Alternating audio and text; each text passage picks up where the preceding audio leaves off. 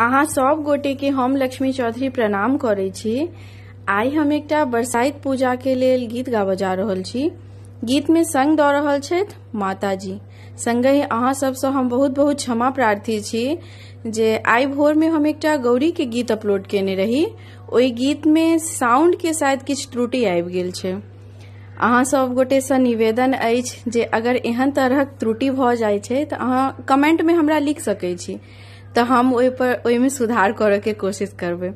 बहुत बहुत धन्यवाद जे तैयो अहाँ सब सपोर्ट केनौ और ओहि के लाइक केनौ हैं, कमेंट केनौ हैं। धन्यवाद। धिया पाबनि पूजू कुसुम वस्त्र तन साजी के, सर्व सोहागिन जाई के ना।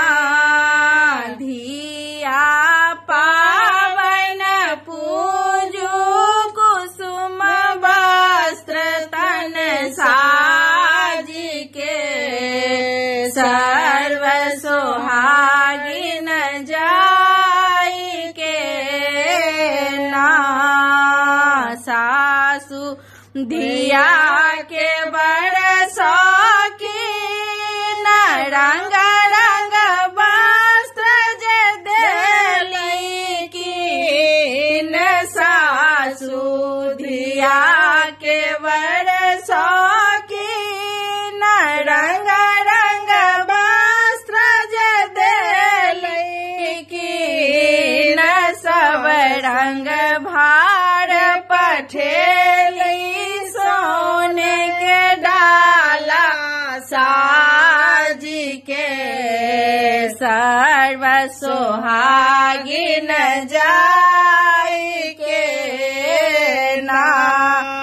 सब रंग भार पठेली सोने के डाला साजी के, सर्व सोहागिन जाई के ना।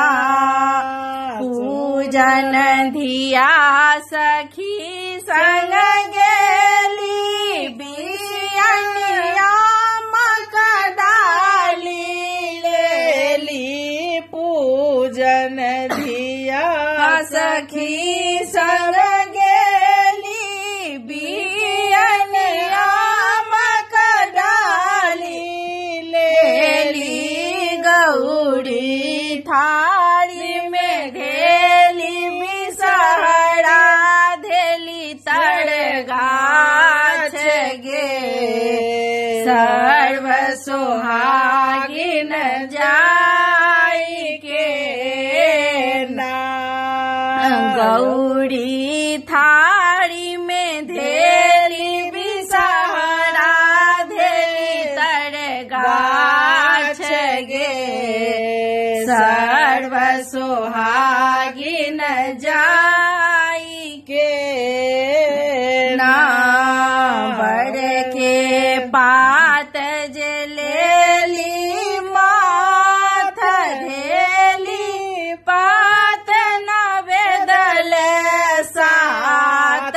बड़ के पात जे लेली माथ धेली, पात नवेदल सात। रंग रंग नवेद सजेली, मंद मंद मुस्काई के, सर्व सोहागिन जाई के ना। रंग रंग नवेद सजेली, मंद मंद मुस्काई के, सर्व सोहागिन जाई के ना। धिया पावन पूजो कुसुम वस्त्र तन साजी के, सर्व सोहागिन जाई के ना।